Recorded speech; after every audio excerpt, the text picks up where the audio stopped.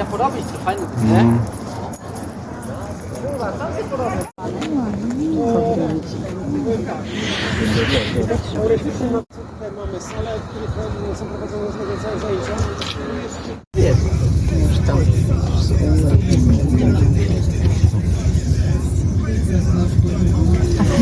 Wczoraj? Może nagrzane wino, to dzisiaj.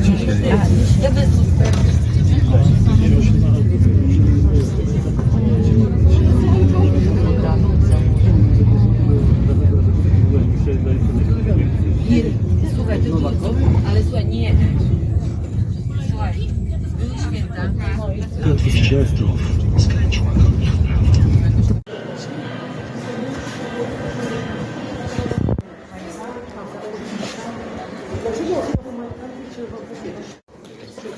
My jako partia, jedyna słuszna partia, która rządzi, oczywiście wiemy,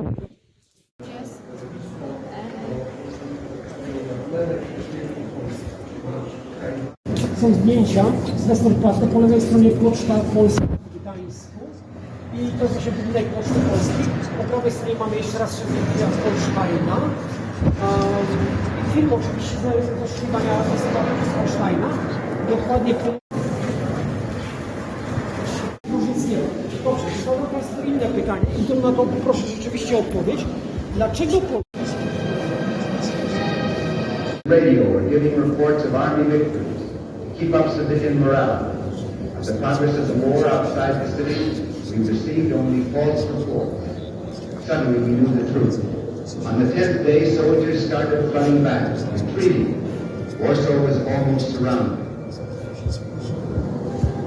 The bridges over the Vistula were the main military objectives of the air raiders. But, although thousands of bombs were dropped, no bridge was permanently put out of commission. I spent much of my time ducking into cellars. The German planes were almost constantly in the sky, and huge craters were blasted in the streets, sometimes almost at my feet. Bombs did great damage to buildings and morale. Artillery fire was far more deadly. Neither man nor beast was safe on the streets. When one part of the city was destroyed by small incendiary bombs, people who escaped would search for some relative or friend. They huddled together, perhaps drawing some courage from contact with their fellow sufferers. It was pitiful, for in groups like this, a bomb could rub out scores of lives. Between 300 and 400 enemy planes a day were overhead. By the 12th day, it was absurd even to sound alarms, for there was always an air raid. The 15th found a great shortage of food. Stores had kept open so long as there was anything to sell. Then the city established bread lines, where more than half the population lined up for their daily rations.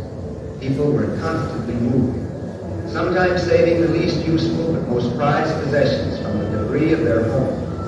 Demoralized, they shifted about the city, seeking safety. They were lucky who owned a horse and wagon, because the entire family, even to the house pets, could be moved together with enough necessities to keep them alive.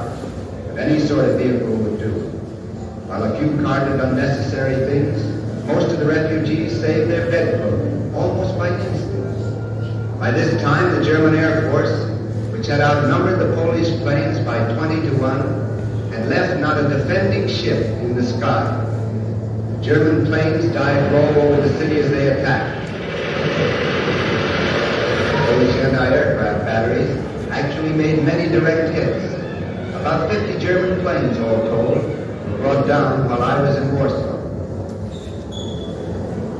Incendiary bombs took comparatively few lives, but they left hundreds of thousands homeless. In their wake remained only the smoking embers. It was almost impossible to put the fire out. The water mains had been blown out. At times, machine gunners tried their marksmanship, zooming low over the city after they had dropped their cargoes of destruction.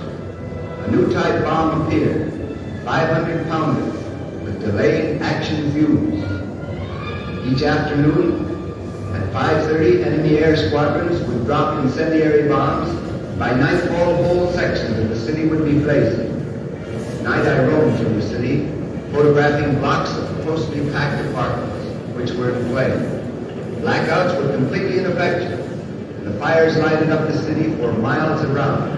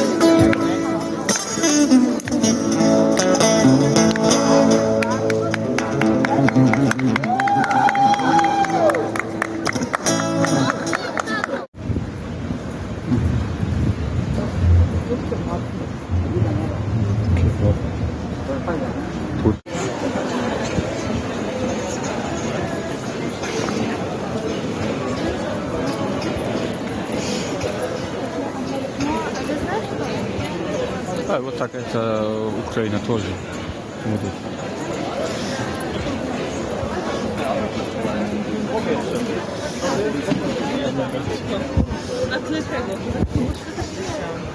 Dalej będę się lampy.